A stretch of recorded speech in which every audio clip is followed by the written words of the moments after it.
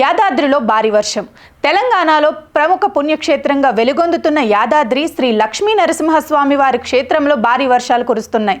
తెల్లవారుజాము నుంచి ఎడతెరిపి లేకుండా వర్షం కుండపోతగా కురుస్తుండటంతో యాదాద్రి టెంపుల్తో సహా పరిసర ప్రాంతాలన్నీ తడిసిముద్దయ్యాయి. వర్షం కారణంగా యాదాద్రి దిగువ భాగంతో పాటు ఘాట్ రోడ్లు, కొండపై ఉన్న పార్కింగ్ ప్లేస్, యాదాద్రి పరిసరాలు అంతా జలమయమయ్యాయి. ఈ నేపథ్యంలో భక్తుల భద్రత దృష్ట్యా యాదాద్రి ఆలయ అధికారులు ముందు జాగ్రత్త చర్యలు తీసుకున్నారు. ఇప్పటి వరకు యాదగిరిగుట్టలో అత్యధిక వర్షపాతం అంటే 116 మిల్లీమీటర్లు నమోదైంది. ఈ వర్ష ప్రభావంతో భక్తులకు ఆలయ దర్శనం ఆలస్యం కానుంది.